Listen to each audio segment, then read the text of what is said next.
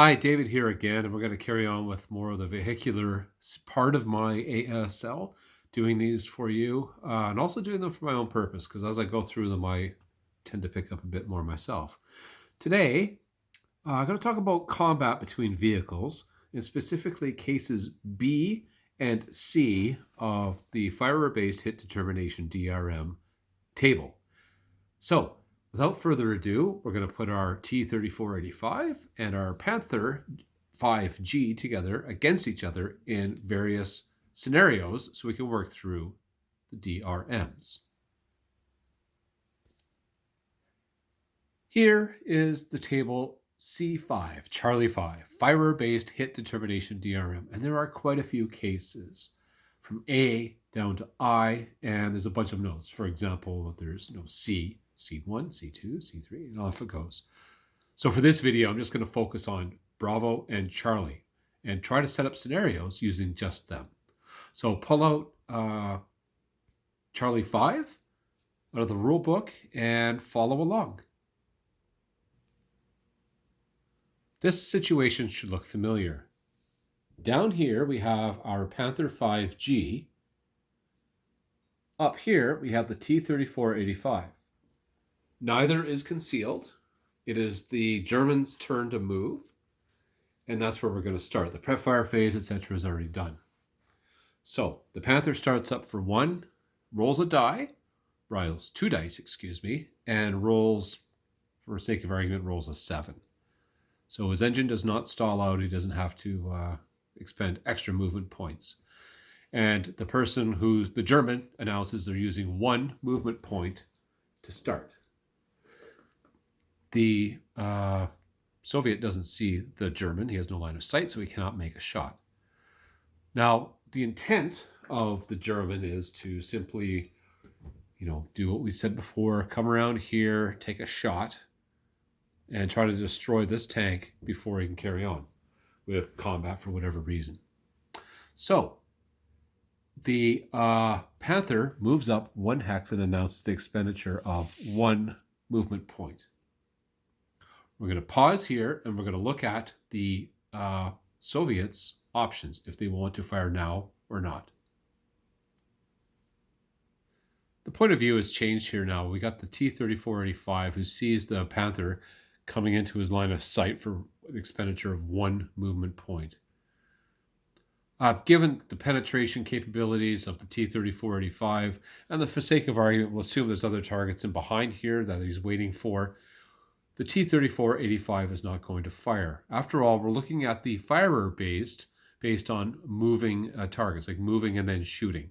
So we're going to go back to our original view, and we'll see what the options are for the Panther. It is the Panther's movement phase, has expended one movement point to start, a second movement point to move into I2. At this point, the Panther sees the T-34, and the German player wishes to fire upon the T-3485. So the Panther announces that they are stopping for a total of 3 movement points. At this point, the tank, the Panther, can shoot at the T-3485. However, the crew commander, the player, wants to make sure and try to maximize his odds. Let's have a look at the charts and see what factors will apply. Here's Charlie 5. As stated, we're going to focus on case B and C. And you see there's subsets to C as well. So, case B, it says fire the advanced fire phase without entering a new hex. Well, on initial first blush, this doesn't apply, so we'll carry on down. C, a bounding firer. Yes, he's a bounding firer because he's firing in what's called bounding first fire. Zoom out slightly a little bit here, and you can see that the bounding fire is case B plus a number of options. You can see here he's firing in the advanced fire phase without entering a new hex, or correction, case B applies, so that's a +2. So case B applies +2. Bounding firer, it says case B plus the stabilized gun, a turret/slow turret, or no turret. In this case, we know that the Panther has a slow turret, so that's another +2 for a net +4. That part makes sense. The next the next two apply as well. We have ourselves bounding first fire restricted aim for 2.5 to 3 movement points, and then we also have less than or equal to 2 movement points in line of sight of target. We'll now consider those. As a review, the Panther started up for 1, moved for 2, and stopped for 3. If he wants to fire now, he has only seen the T-34-85 for 2 movement points. In that case, that'd be less than or equal to 2 movement points in line of sight of target. So that would be an extra +2. The Panther can, at this point, announce the expenditure of more movement points called delay points. What they're trying to do is trying to get a better aim on the enemy that just came into view. In this case, we know that it's 3 movement points, in excess of 3 movement points, if we can ignore cases Charlie 1 and Charlie 2. In this case, they want to, he's moved in for 1, stop for 2, delay for 3, and now he's going to fire for 4. So we've seen him for 4 movement points. At this point, that's it. That's basically Charlie and Bravo. If the tank is crew exposed, that's it. It's basically base at this range is 10 to hit, +4. So we're going to roll 2 dice and need a 6 or less. If the Panther is buttoned up, it's 5 or less. But the problem here, not so much for the Panther in this case, but for some tanks, it can be suicide if they move into somebody's line of fire, stop, wait, and let them shoot back. So let's look back at a different situation where how to maybe to take advantage of firing in the event during your movement phase as bounding fire. Now we're going to a different situation. For whatever reason, the Panther has stopped in this hex that we see right here. And the T-34-85 is over here. It is a Soviet player's turn. The Soviet player is a more experienced player who has access to the rulebook. But the German with the Panther thinks that they're indestructible. They're not. Basically, what's the aim of the Soviet here is to move, try to get a shot on the Panther, and then get away before the Panther can return fire if he misses. For the sake of argument, the prep fire phase is done. It's now the movement phase. And the T-34 is about to start his movement. The Panther is blissfully unaware of the approach of the T-34. T-34 starts for 1,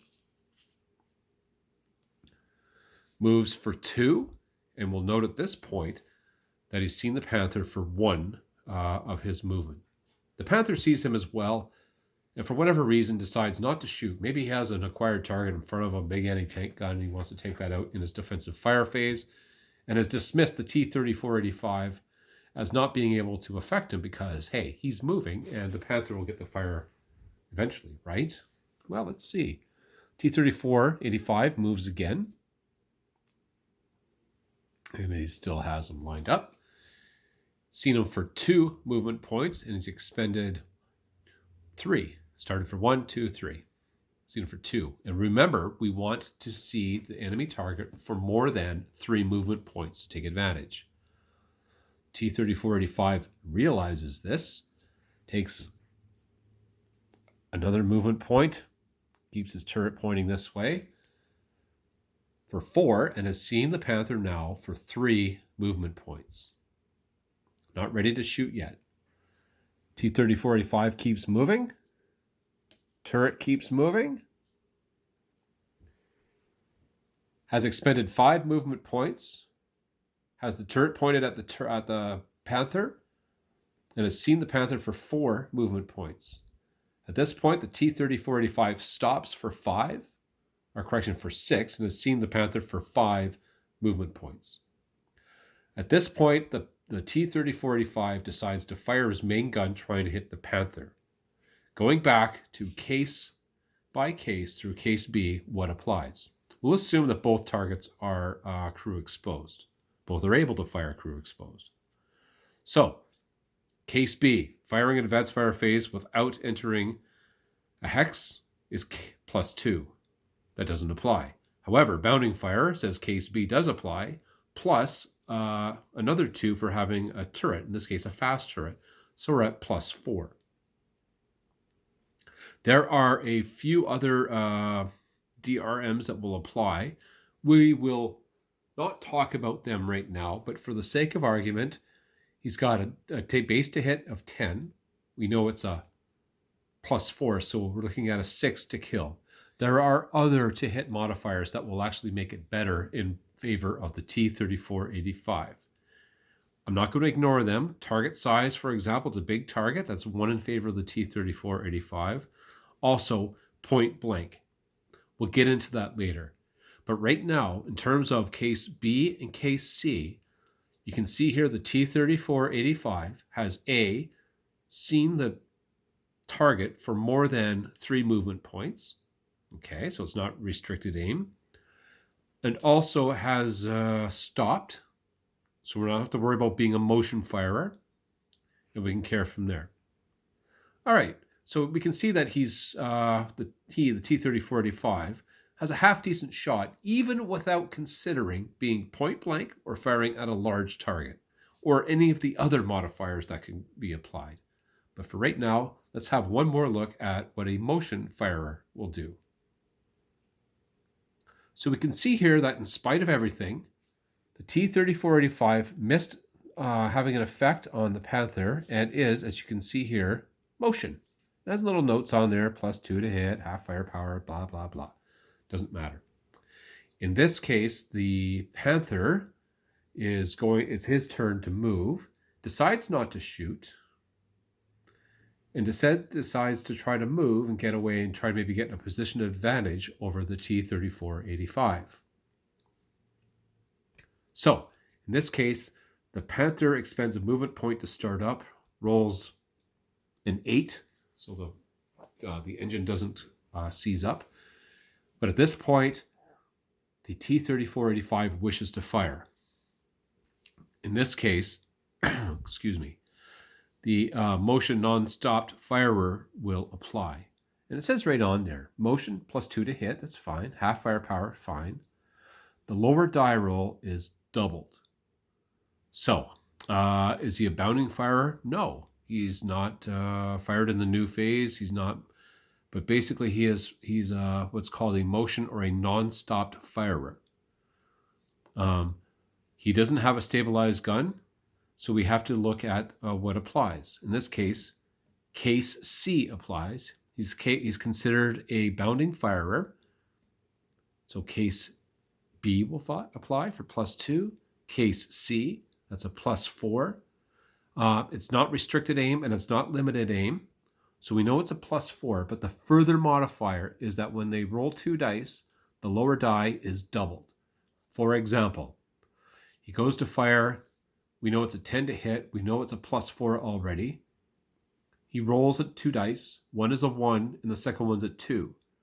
Because the lower die is doubled, it is considered a 2 + 2 is 4. Add the other 4, we're looking at an 8. Even without considering the size of the target, being point blank, leader modifiers, terrain effect modifiers, or anything else, we know that he'll probably get a hit. That said, rolling a 2 and a 4, which equals 6, will actually come to 8, and we know that'll be too much.